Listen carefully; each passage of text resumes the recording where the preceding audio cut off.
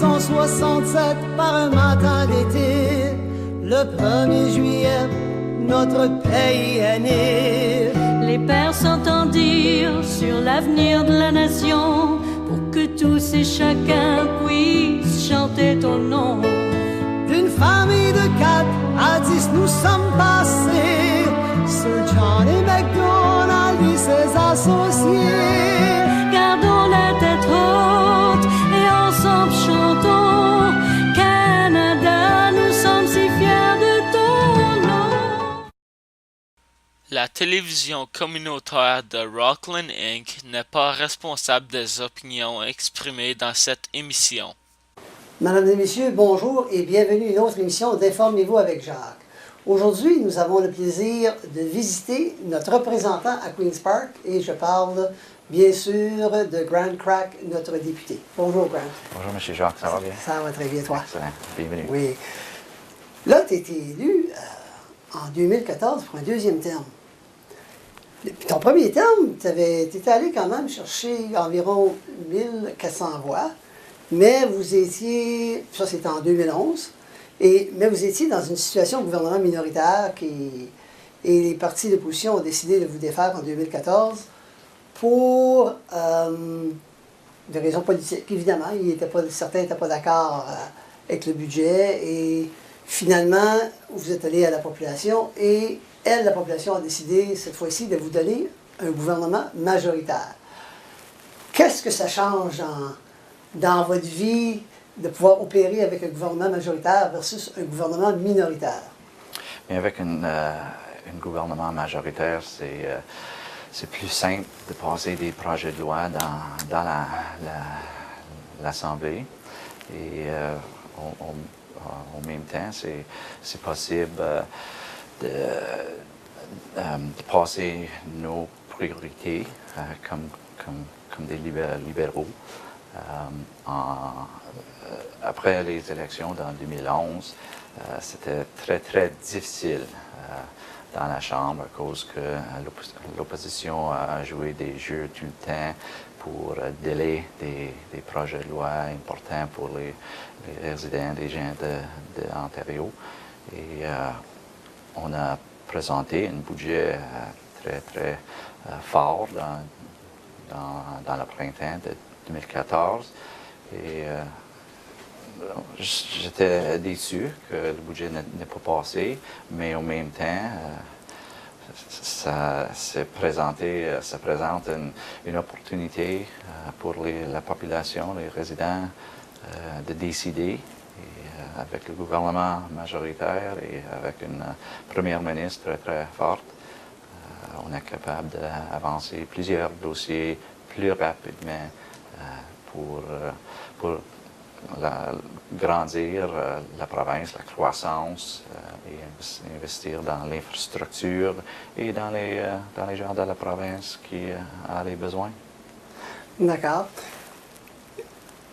De 2011 à 2014, tu étais je ne suis pas certain du terme au niveau provincial, là, mais l'équivalent du secrétaire ministériel au ministre, au fédéral, pour la francophonie, l'agriculture, et je pense qu'il y en avait un ou deux autres également. Quel changement est-ce qu'il y a eu à ce niveau-là? Et c'est sûr qu'il n'y a plus de personnes, donc il y a peut-être plus de portefeuilles à distribuer à des gens, plus de responsabilités du genre, mais quelles sont tes nouvelles responsabilités?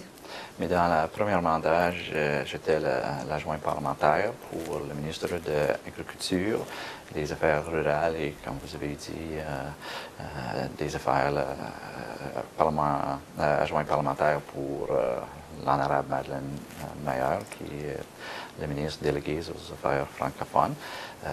J'ai aimé beaucoup sa position-là, mais la première ministre, Kathleen Wynne, m'a demandé de prendre l'adjoint parlementaire pour aider la ministre de l'Éducation, l'honorable Liz Sandals. Et je suis très fier à cause que l'éducation est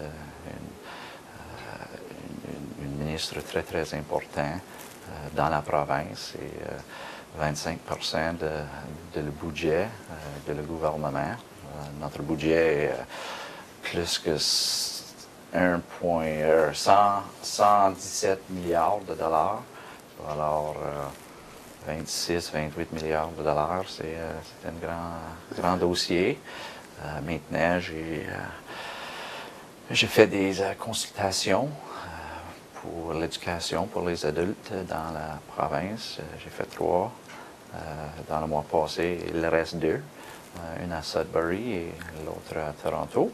Et c'est pour engager tous les partenaires dans la province à cause qu'il y a plus que 800 000 adultes dans la province qui manquent leur diplôme de post-secondaire. Alors, on trouve des solutions pour engager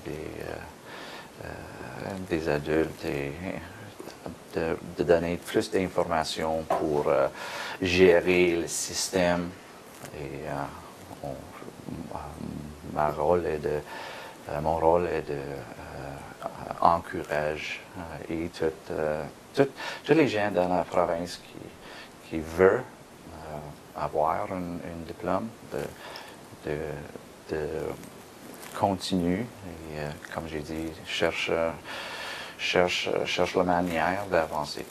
D'accord. Et c'était une tâche très importante, et surtout avec la situation économique du pays, pas du pays et de la province. Notre pays, ça semble aller mieux, mais la province d'Ontario a encore un déficit qui est très large au niveau revenu annuel et déficit accumulé. Où est-ce qu'on se situe présentement dans ce dossier-là? Bien, c'est important de dire que la province n'a pas un problème de dépenses, c'est un problème de revenus. Maintenant, on trouve des différentes options pour augmenter le revenu dans la province. Le budget 2015 va sortir probablement au mois d'avril. Je ne suis pas sûr à ce moment, mais ça dépend. C'est un choix de la première ministre et le ministre des Finances. On a des défis, mais depuis la récession dans 2009, comme j'ai dit, notre revenu a tombé. Chuté pas mal, oui. Oui, et on a fait un choix de continuer d'investir dans l'infrastructure, dans les programmes des besoins des services sociaux, dans le système de santé dans la province. C'est important de continuer de construire un Ontario fort et c'est un choix qu'on a fait comme gouvernement pour, comme j'ai dit, de continuer avec la croissance dans la province. Mais en même temps, c'est une balance qu'on a décidé de faire. Et on va il y a plusieurs des choses positives à ce moment à cause que le prix de l'huile est le plus bas dans ma mémoire. Et aussi le dollar est équilibre avec presque un basé, comme dans la récession, il était assez égal, et c'était égal avec le dollar des États-Unis. Maintenant, c'est plus bas. Alors, c'est encourage, c'est une situation pour encourager nos entreprises en Ontario d'export notre produit à la plus grande partenaire de trading partner. Avec nos partenaires d'affaires. Notre partenaire d'affaires. Alors, avec ça, avec les décisions qu'on a faites et avec les décisions qu'on va faire dans le futur, Ontario est encore leader en avant de les autres provinces au Canada. D'accord. Avant les élections de 2014, le ministre des Finances, il projetait, si je vais de mémoire, là, un budget équilibré 2015-2016. Est-ce qu'on est encore dans cette projection-là ou si on peut s'attendre à des ajustements avec le prochain budget? Bien, notre but est d'équilibrer le budget en 2017-2018. Alors, on a un président de Treasury Board maintenant, Deb Matthews, et elle est fort. Elle travaille avec tous les ministères de trouver des efficaces. Et, alors, c'est une chose là. Puis aussi, on veut continuer d'investir dans l'infrastructure, de créer les emplois. Dans le mois de février, on a en Ontario et les entreprises ont créé presque 60 000 emplois dans la province. Pour le mois de février, c'est incroyable. Oui, ça fait longtemps qu'on n'a pas vu ça. Absolument. Et le ministre de l'Infrastructure, l'honorable Brad Douglas, était très, très excité, mais c'est un cycle des fois, mais la Banque royale, tous les économistes récemment ont dit que la croissance de l'économie, de GDP dans la province est plus fort que l'année passée.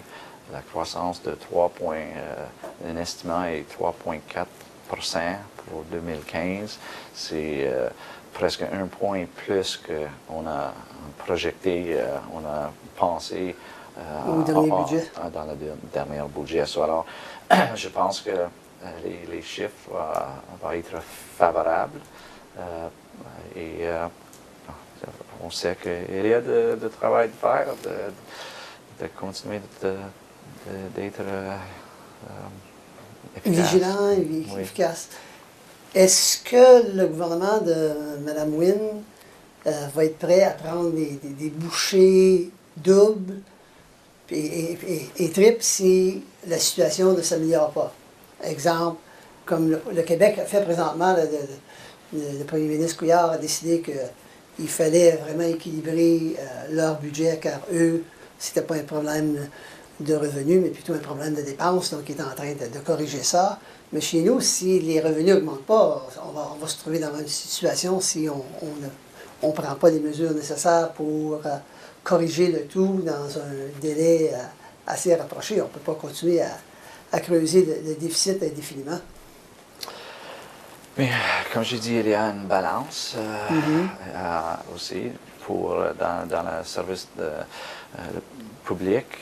La première ministre et le ministre des Finances a dit qu'il n'y a pas d'augmentation dans les salaires. Mais si dans les collective agreements, dans les ententes collectives, il y a des concessions comme dans les bénéfices, c'est ça. Bénéfices, oui. Et c'est possible d'avoir une petite augmentation dans les salaires, mais c'est important que tous nos partenaires savent que notre priorité est d'équilibrer le budget le plus rapidement possible dans les 3 ans prochaines. Alors, et aussi pour nous d'investir dans les prochaines 10 années presque 30 milliards de dollars, 29 milliards de dollars, 14 milliards dans les régions rurales. C'est important pour nos maires et nos conseillers dans la région, dans notre circonscription de Glengarry Prescott Russell, à cause que c'est un défi pour les municipalités de 10 000 résidents ou 20 000 résidents de payer pour les projets qui sont 1,5 million de dollars plus pour réparer des ponts ou des systèmes pour agrandir les systèmes de l'eau, comme ici à Clarence Rockland. Et aussi ça. Alors, encore, c'est une balance. J'ai la confiance que le ministre des Finances est en route d'équilibrer le budget. Mais là, puisque ça fait partie de tes responsabilités et puisque l'OSSTF, la Fédération des enseignants du secondaire de l'Ontario, ont manifesté en fin de semaine d'ailleurs, et la semaine passée, qui voulaient vraiment négocier avec le gouvernement et qu'ils n'étaient pas d'accord avec la position du gouvernement. Est-ce que le gouvernement va permettre aux professeurs d'aller en grève, par exemple? Ou est-ce que vous allez dire, s'il n'y a pas moyen d'entendre, que vous allez être prêt à passer un projet de loi et dire, voici la situation? Car il faut respecter le budget. S'ils ne veulent pas venir à une négociation, que la province peut se permettre. Mais à ce moment, j'ai la confiance dans le processus. Il y a 98 occasions, d'occasions qu'il y a une entente. Alors, c'est normal pour comme l'OSSTF de prendre des mesures comme vous avez dit, mais pour moi d'avoir un commentaire sur ça, le seul commentaire c'est les négociations est fait à la table, pas dans les médias. Non, pas dans les médias, oui. Je suis bien d'accord. On va prendre une pause présentement, quand on va prendre une, mais ne vous saurez pas, mesdames et messieurs, car on va revenir et on va discuter par après du nouveau programme de l'éducation sexuelle à nos jeunes enfants au primaire pour savoir où on s'en va avec ça. Et justement, on a la bonne personne à qui poser la question. Donc, merci de demeurer avec nous. N42. 42. C'est stressant. G48. G48. Wow, c'est moi qui l'ai. Tu montes dedans. C'est moi. Hey. C'est à moi. Oh, bingo! Bingo! Ah, t'as pas crié? Qui est bingo? C'est elle! T'as bingo! Ben oui, Ben, t'as bingo! c'est nerfs. Pour les mains. Comme des là, bon, ouais, fini, hein? Travaille comme un débile pour un bingo, ben là! C'est un bingo, mais pas enthousiaste à rien. Le TV Bingo, en direct du studio TVC22, tous les dimanches 19h15 sur TVC22 ou sur Internet au www.tvc22.ca. Merci d'être demeurés avec nous, mesdames et messieurs. Nous continuons notre discussion avec notre député provincial pour Glengarry-Prescott-Russell, M. Grant Crack. Et comme je l'ai mentionné avant la pause, nous allons parler d'éducation et vraiment, c'est le curriculum d'éducation qui a été révisé. Mais ce qui a retenu l'attention, c'était justement le point pour certaines personnes qui trouvaient inacceptable qu'on était pour présenter autant d'éléments d'éducation sexuelle à des enfants à bas âge. Qu'est-ce qu'il y a derrière tout ça? Qu'est-ce qui a apporté ça, ce vouloir-là de la part du gouvernement? Mais c'est important de commencer et de dire que l'ancien curriculum était créé dans 1998. Alors, c'est nécessaire d'avoir un curriculum pour maintenant et pour le futur. La province de l'Ontario a présenté un nouveau curriculum dans 2010 et il y a beaucoup d'opposition à ce temps-là. Maintenant, comme je dis, on est en arrière trois provinces, la Colombie-Britannique, Alberta et Saskatchewan, qui a adopté un nouveau curriculum similaire que le curriculum que le Premier ministre a présenté. Je comprends bien qu'il y a l'opposition, mais en même temps, c'est nécessaire pour nos jeunes d'avoir le plus d'informations possible à cause que le monde a changé beaucoup depuis 2098. On a l'Internet maintenant. Il y a plusieurs mauvais sites sur l'Internet et les enfants ont l'accès maintenant de ça. Aussi, il y a des cellulaires et les texting. Alors, c'est important de donner les jeunes l'information qui est à jour. À jour. Et pour moi, j'appuie les changements à cause que j'ai trois petits-enfants et aussi une stepdaughter, une fils qui est 10 ans à ce moment. Et d'accord, pas une bru, d'accord. C'est une... D'accord. Ma conjointe a une petite fille de 10 ans. Alors, je le sais qu'est-ce qui se passe. Je comprends qu'est-ce qui se passe dans les schoolyards, dans les terrains à l'école, avec les jeunes maintenant. Alors, c'est important de donner, comme j'ai dit, de donner l'information. C'est les teen pregnancies. Les jeunes filles mères. Oui, sont basées. Sont baisées, mais en même temps, les STDs, STIs, les maladies transmises sexuellement, sont augmentées. Alors, c'est différent. Le monde est différent maintenant. D'accord. Et le Premier ministre a dit c'est fait. On va avoir un nouveau curriculum pour l'automne de 2015. Je suis d'accord avec ça. D'accord. Ça, c'était ma prochaine question. C'est quelle date est-ce que ça rentre en vigueur?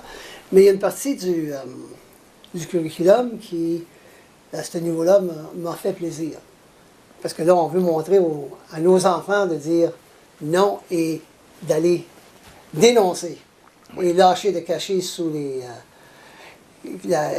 cacher lorsqu'il y a des choses qui ne sont pas correctes qui se passent. Je pense qu'il était temps que ça se fasse. Oui, et il y a plusieurs parents qui ne sont pas confortables. Et les enfants aussi ne sont pas confortables de parler des choses avec leurs parents. Et dans les classes, à l'école, il y a une structure, c'est professionnel. Nos professeurs, nos enseignantes sont professionnels. D'avoir un curriculum pour la santé, l'éducation en physique, c'est important pour nos jeunes de recevoir l'information, c'est quoi le mot? Consistent. De façon consistante. Dans toute la province. Oui, je suis d'accord. Puisqu'on parle d'éducation et puisque ça touche un certain nombre de personnes dans le coin, parce que l'agriculture est quand même assez forte, quels sont les derniers développements pour le Collège d'Alfred? Le Collège d'Alfred. Oui. Mais comme j'ai dit dans la campagne électorale, je suis là pour le Collège d'Alfred. J'étais là, je suis là et je vais être là dans la future. Et je suis très, très content que le ministre de Collège et Université, avec le ministre de l'Agriculture et des Affaires rurales, et aussi avec la ministre des Affaires francophones, déléguée aux Affaires francophones, l'annonce est que la cité collégiale prend le lead et d'avant le collège à cause que j'ai travaillé très très fort sur ce dossier, pas dans les médias, mais en arrière. J'ai parlé de ce dossier beaucoup et on a eu un commitment, un engagement par le gouvernement de protéger et assurer que les programmes en agriculture continuent à la Collège d'Alfred. Et comme j'ai dit, je suis très très content que c'est la cité collégiale qui prend le lead. Lise Bourgeois, la présidente de la Collège, est très très capable d'engager tous les partenariats dans la communauté, trouver des solutions pour assurer la programmation continue et pour trouver les autres programmes pour l'avenir. Parce que l'agriculture, ça va changer beaucoup dans les prochaines 30-40 années à cause qu'avec le changement climatique, on va avoir besoin les différentes technologies pour l'agriculture. Et il y a des autres discussions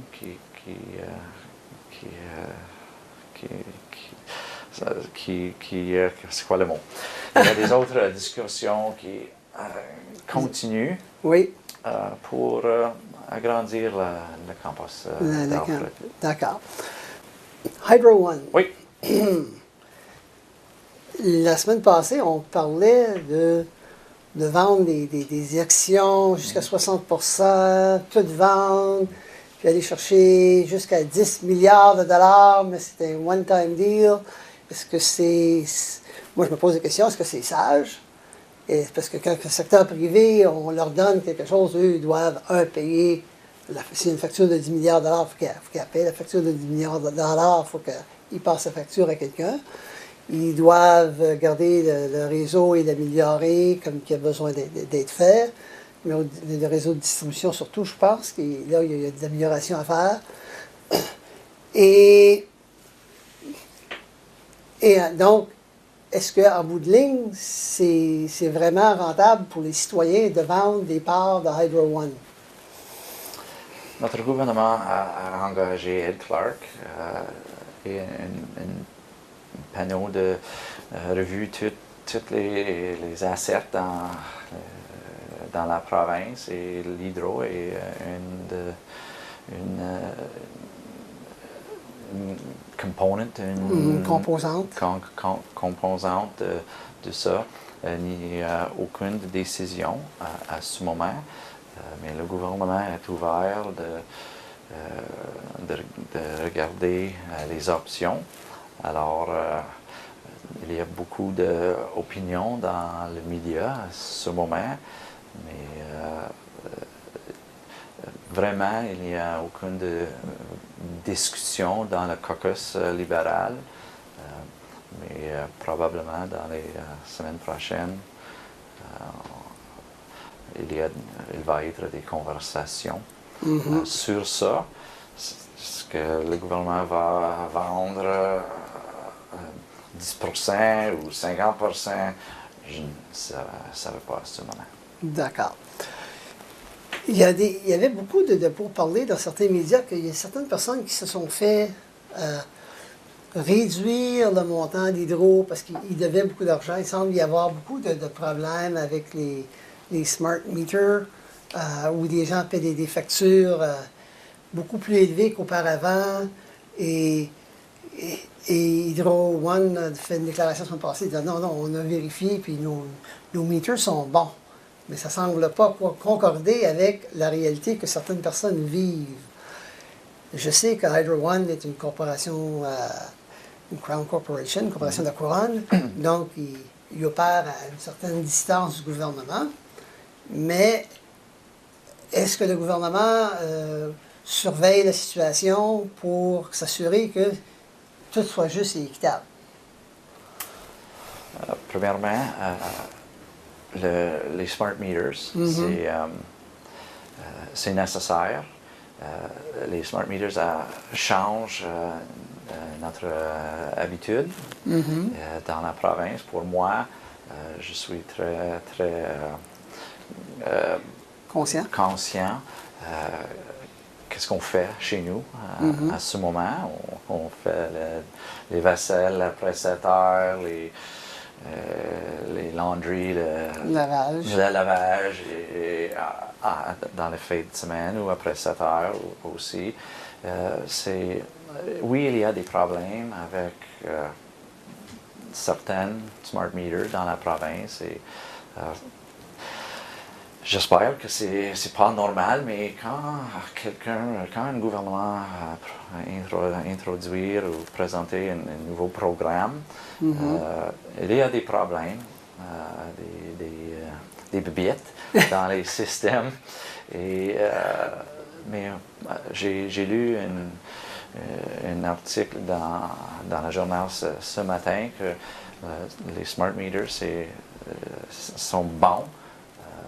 Et ça change nos habitudes pour l'avenir. C'est une première étape.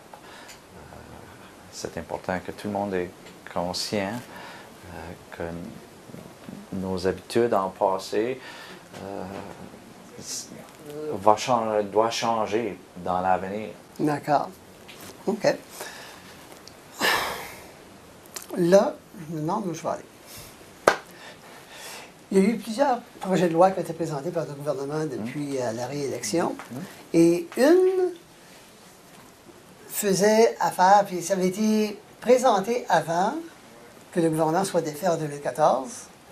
Et là, c'est revenu sur le tapis. Et c'est les habitudes que les gens ont de conduire et de ne pas faire attention à ce qu'ils font, là.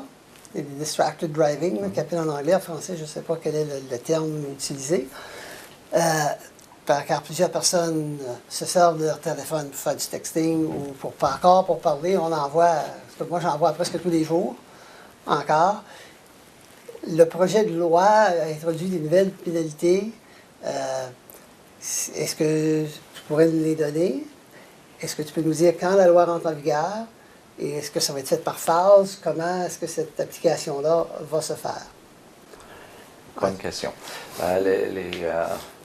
Les fines, les amendes sont doublées. Et aussi, c'est une loi bien gérée par les polices partout dans la province. Et est-ce qu'on a le travail de faire encore? Oui, absolument. Comme j'ai traversé de Toronto et Alexandria ou dans la circonscription beaucoup. Plusieurs fois, j'ai vu des personnes sur leur téléphone. Alors, c'est une autre étape pour, avec la prévention, de parler sur le téléphone ou texter quand quelqu'un conduit leur voiture. C'est pretty much all. Est-ce que, là, présentement, il va y avoir des points de démérite, il y a des amendes. Puis si ça ne fonctionne pas, allez-vous aller jusqu'à suspendre les permis? J'ai pas d'opinion sur ça à ce moment. Je pense qu'avec le projet de loi maintenant, ça marche. Mais ça ne marche pas assez, parce qu'on en voit encore tous les jours. C'était important de continuer d'avoir les avertissements pour éduquer le public. Le public, oui, absolument. Et, il y a plusieurs personnes qui continuent de boire l'alcool aussi et conduire. Alors, on continue avec des différentes mesures comme des ride programmes, des programmes ride. Il y a des autres aussi. J'ai vu plusieurs fois à Toronto des polices au coin, là, dans Des une intersections. intersection, et ils ont garde pour quelqu'un qui était là. Puis, Oui, ça.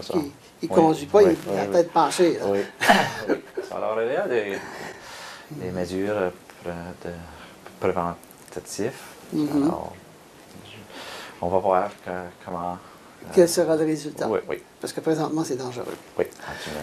Et car j'ai déjà, à cause des gens qui étaient au téléphone, etc., j'ai passé proche à quelques reprises de me faire rentrer dedans. C'est pas plaisant pour tout. Non. Donc, sur ça, on va prendre une autre petite pause, et c'est sûr que, mesdames et messieurs, on va parler de la 17. On va parler également du sujet qui intéresse peut-être plusieurs personnes, la vente de bière dans les épiceries, dans les dépanneurs. On en parle beaucoup depuis 2 semaines à peu près. Là. Donc, savoir c'est quoi la dernière, les derniers développements dans ce dossier-là. Et par la suite, mais M. Grant Crack travaille sur un projet de loi privée qu'il va présenter à un moment opportun. Donc, nous allons pouvoir parler de tout ça dans notre dernier segment. Donc, sur ce, mesdames et messieurs, ne vous sauvez pas, on vous revient dans quelques secondes. L'Assemblée du Conseil de Ville de Clarence-Rockland, réunion plénière, sont là pour vous informer sur tout item soumis pour approbation, tel le zonage, le développement, les taxes et réglementations. Discussions, enjeux, confrontations. Le maire Guy Desjardins et ses conseillers sont là pour vous informer sur des sujets qui vous touchent. L'Assemblée du Conseil de Ville, réunion plénière sur TVC22 ou encore sur Internet au www.tvc22.ca.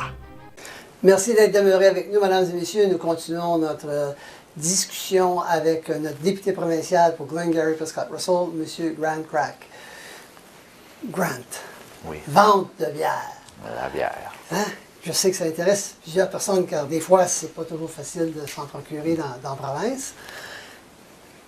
Puis, il y avait plusieurs demandes depuis plusieurs années d'avoir accès dans les dépanneurs. Mais là, ce qu'on entend de Toronto, c'est que ça ne sera peut-être pas dans des dépanneurs. Alors, quelles sont les dernières nouvelles ou les derniers développements dont tu pourrais nous parler de ce sujet-là, la vente de bière? Et est-ce que ça va s'étendre à d'autres produits également que la bière, comme le vin? OK, ça, alors, comme j'ai dit avant, Ed Clark et son panneau fait une revue de LCBO et le Beer Store. Mm-hmm. Et la position du gouvernement dans les 3 ou 4 dernières années a changé un peu. Notre gouvernement est plus ouvert de faire les changements, comment la bière est vendue dans la province. Pour moi, c'est une opportunité pour les différentes entreprises, pas juste le Beer Store ou l'LCBO, d'avoir le privilège ou la chance de vendre l'alcool dans la province. C'est aussi pour moi une opportunité pour les craft brewers dans la province. Il y a 2 ou 3 dans la région, le Bose Beer, Castle Brewery, qui travaillent très très fort et continuent leur croissance. Il y a un besoin en Ontario. C'est important à cause que les craft brewers créent des emplois aussi. Bose Beer a commencé 6 ans, 7 ans passés avec 5 employés. C'est presque 125 maintenant. Oh, wow. Alors, j'imagine c'est la même chose pour l'avenir avec Castle Brewery. Mais pour moi, ma position à ce moment est d'ouvrir les ventes de bière et du vin dans la province, mais pas dans chaque dépanneur. Moi, je suis d'accord avec une approche responsable et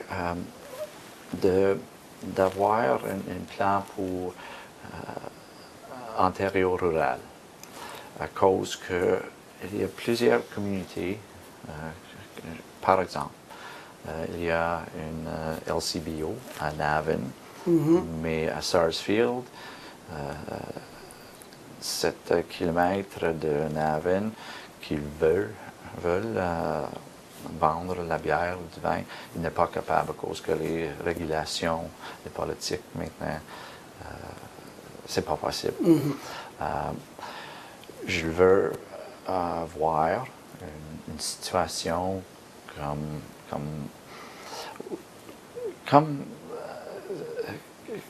comment tu dis ça? Comme Ed Clark a présenté, ou le gouvernement a présenté dans des épiceries, des magasins, des grocery stores. Je pense que c'est une manière d'avancer responsable, avec la responsabilité.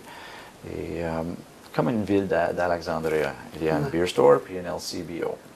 Je pense que c'est une bonne idée d'avoir une autre place pour vendre où les gens peuvent s'en procurer. Oui, mais pas à dans chaque dépanneur.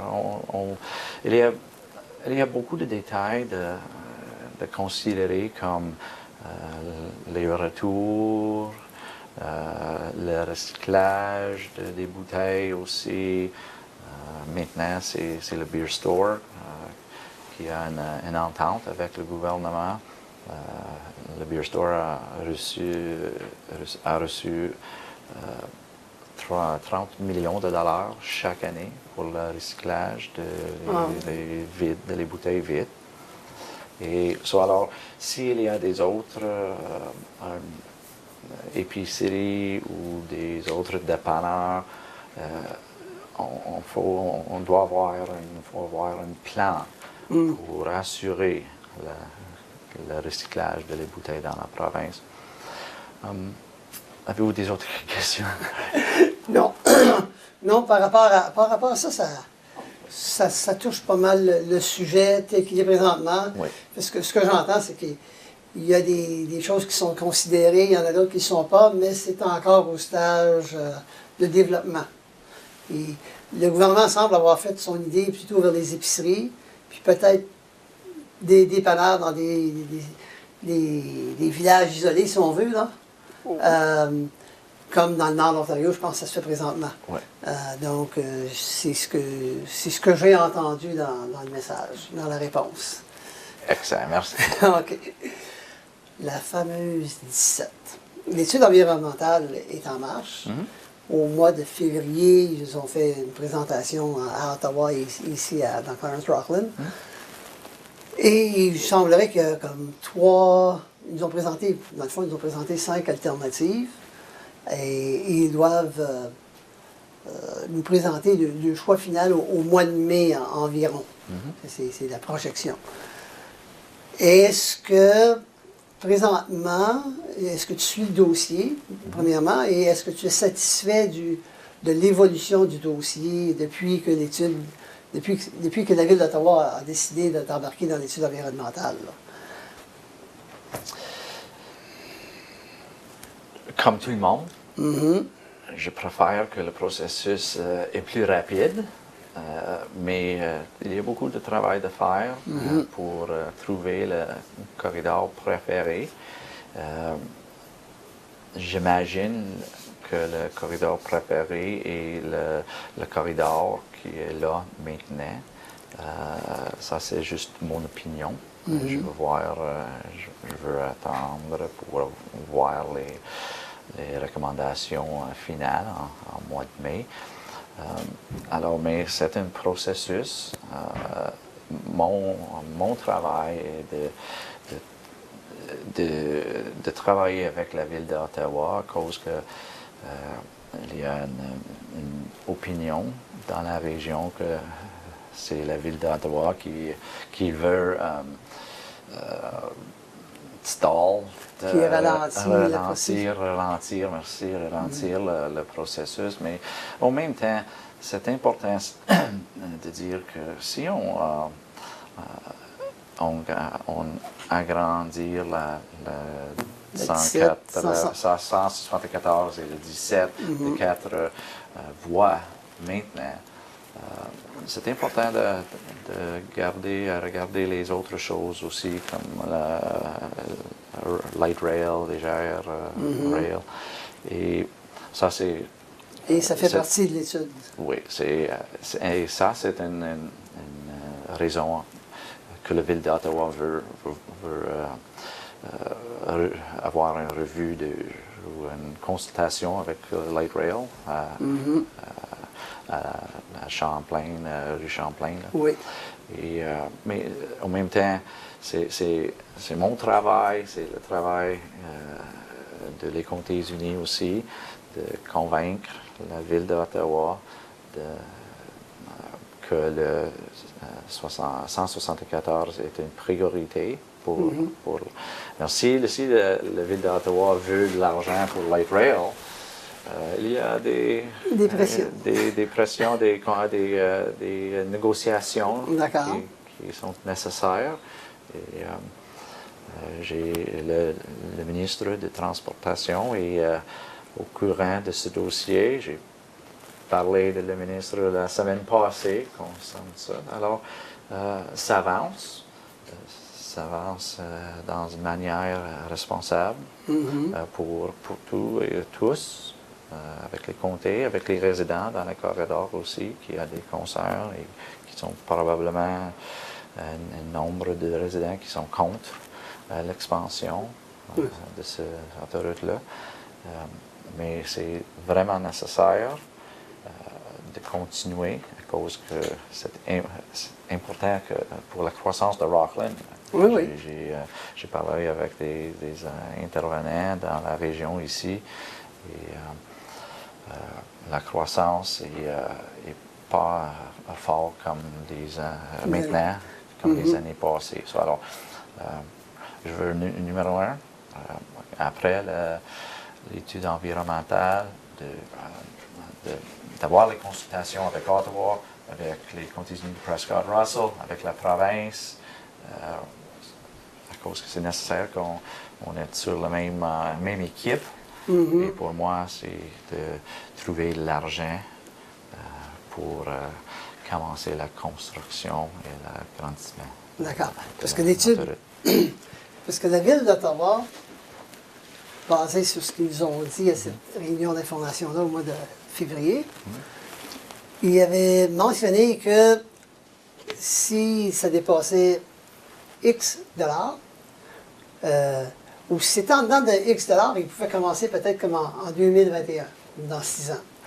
Mais si ça dépassait ça, que là, il n'y avait pas les argents pour le faire, et que là, on était rendu en 2031. Et le corridor qui va probablement être recommandé, ça va pousser le projet en 2031. Lorsque le gouvernement fédéral, le gouvernement provincial ont engagé 40 millions chacun pour la construction de 17, on regardait un coût estimatif qui nous avait été annoncé de 120 millions de dollars. Aujourd'hui, les chiffres que j'entends, c'est plus de 300 millions. C'est plus que double. Et si on attend jusqu'en 2031, ça va être quoi le prix? Donc, à ce moment-là, ma question au gouvernement provincial est, est-ce que ce n'est pas le temps de reprendre la 17 et de le construire tout de suite afin de pouvoir contrôler les coûts et d'être responsable, pour utiliser vos mots de tantôt? Dans la campagne électorale, j'ai parlé à plusieurs résidents concernant l'upload de le 17 et le 174. Maintenant, on a un commitment de la province de 40 millions, comme vous avez dit, le gouvernement fédéral de 40 millions de dollars. Et on doit avoir des négociations avec la Ville d'Ottawa, comme j'ai dit. Ça change à ce moment à rien si le gouvernement upload. Ma priorité est de compléter, numéro 1, l'étude environnementale. Après ça, l'engineering, c'est quoi le mot? Engineering? C'est l'étude d'ingénieur, je me Les- souviens. et génie. aussi de trouver de l'argent. Oui, je suis avec vous. C'est maintenant, c'est le temps maintenant de compléter ce projet-là. C'est nécessaire à cause qu'il y a juste une autoroute dans l'est de la ville et deux ou trois ouest de la ville d'Ottawa. Alors, le upload de le 17, c'est une priorité de moi, c'est vrai, mais ça va prendre du temps pour ça. D'accord. C'est un dossier complètement différent que le commitment de compléter la construction de l'agrandissement de la... Oui, mais par contre, si la province reprenait la route, Oui. ça pourrait peut-être débloquer des choses beaucoup plus rapidement, non?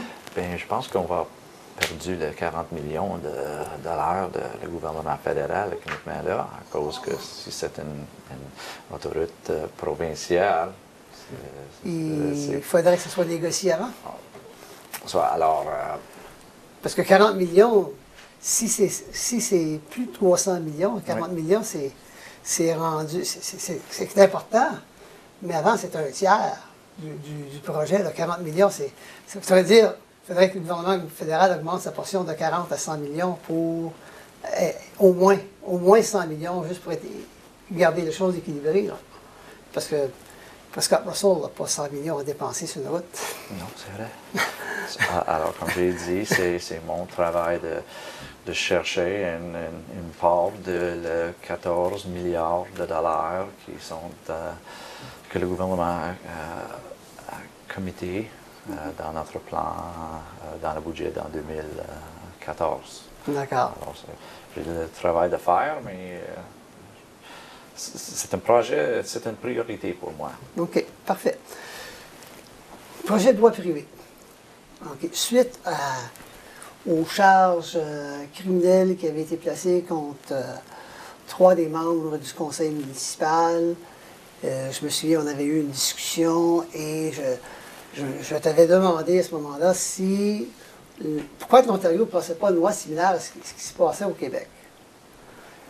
Là, et votre réponse à ce moment-là, c'était mais il faut attendre que les choses se règlent avant de pouvoir procéder. On ne passe pas ces lois-là dans le feu de l'action, si on veut, là, parce qu'on réagit au lieu de planifier.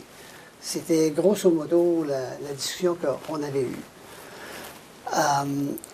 Et dernièrement, on m'a dit, monsieur ici à Rockland, je ne le nommerai pas, ou je peux le nommer, ça ne changera pas grand-chose, qu'il y avait eu un engagement de votre part de présenter un projet de loi privé pour qu'il y ait une loi similaire au Québec ou pareille comme au Québec, afin de s'assurer que lorsque des membres du conseil municipal, et peut-être que ça va dépasser le conseil municipal, les conseils municipaux de la province, je ne sais pas, s'ils sont accusés au criminel, mais qu'il ait réglé cet élément-là et qu'il soit suspendu et remplacé par quelqu'un d'autre, au moins pour la période du procès. Est-ce que vous allez toujours aller de l'avant avec ça? Oui, j'ai l'intention de présenter un projet de loi, comme vous avez exprimé. Mais après les élections, dans le mois de juin, on a eu un horaire, une cédule très chargée à Queen's Park pour passer, comme j'ai dit avant, les projets de loi qui étaient sur la table avant les élections. Et il y a des nouveaux projets de loi aussi. Qui sont nécessaires. Sont nécessaires. Alors, comment ça marche? Quand c'est mon tour de présenter un projet de loi dans la prochaine année. C'est une priorité de présenter un projet de loi comme le projet de loi 10 à Québec, probablement avec les choses différentes là-dedans. Mais en même temps, c'est mon opinion personnelle que si quelqu'un est au-dessus de investigation, under investigation, Une enquête. en enquête, de prendre un petit repas après l'enquête est finie. Pour moi, tout le monde est innocent. Jusqu'à temps d'être prouvé coupable. Oui, avant que la décision est faite, mais pour un officiel qui était élu, c'est nécessaire d'avoir une image ou plus haute c'est un privilège d'être là. Et avec une enquête de la police, pour moi, c'est mon opinion, c'est négatif pour la municipalité, pour la région, et ça prend le temps. L'enquête prend le temps, pas le business de la municipalité. D'accord, oui, exactement. Donc, les gens ne sont pas nécessairement assidus à leur tâche de représentants municipaux. Bon, mais, malheureusement, excusez-moi, malheureusement, c'est tout le temps qu'on a, mais j'aimerais te donner la chance de parler à la population, si tu veux, avant qu'on ferme l'émission. Bien, merci, M. Jacques, pour l'interview et je veux dire à tout le monde, merci beaucoup pour le privilège de continuer mon travail ici dans la circonscription et à Queen's Park. J'ai travaillé très très fort avant les élections et dans les élections aussi, mon équipe, j'ai eu une équipe incroyable. On a fait 37 jours porte à porte, 37 jours sans arrêt. Alors, merci beaucoup de tous les résidents de Glengarry, Prescott, Russell pour le privilège de vous servir. Et je continue avec les différents dossiers.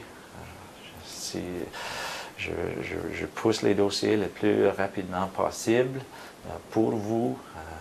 Je ne suis pas un travailleur du miracle, mais je suis là pour vous.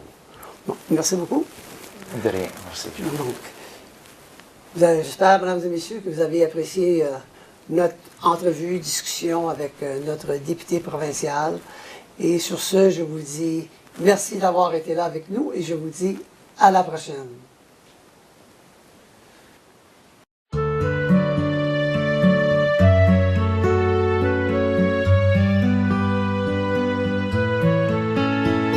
En 1867, par un matin d'été, le 1er juillet, notre pays est né. Les pères s'entendirent sur l'avenir de la nation pour que tous et chacun puissent chanter ton nom. D'une famille de 4 à 10, nous sommes passés. Sir John et MacDonald et ses associés.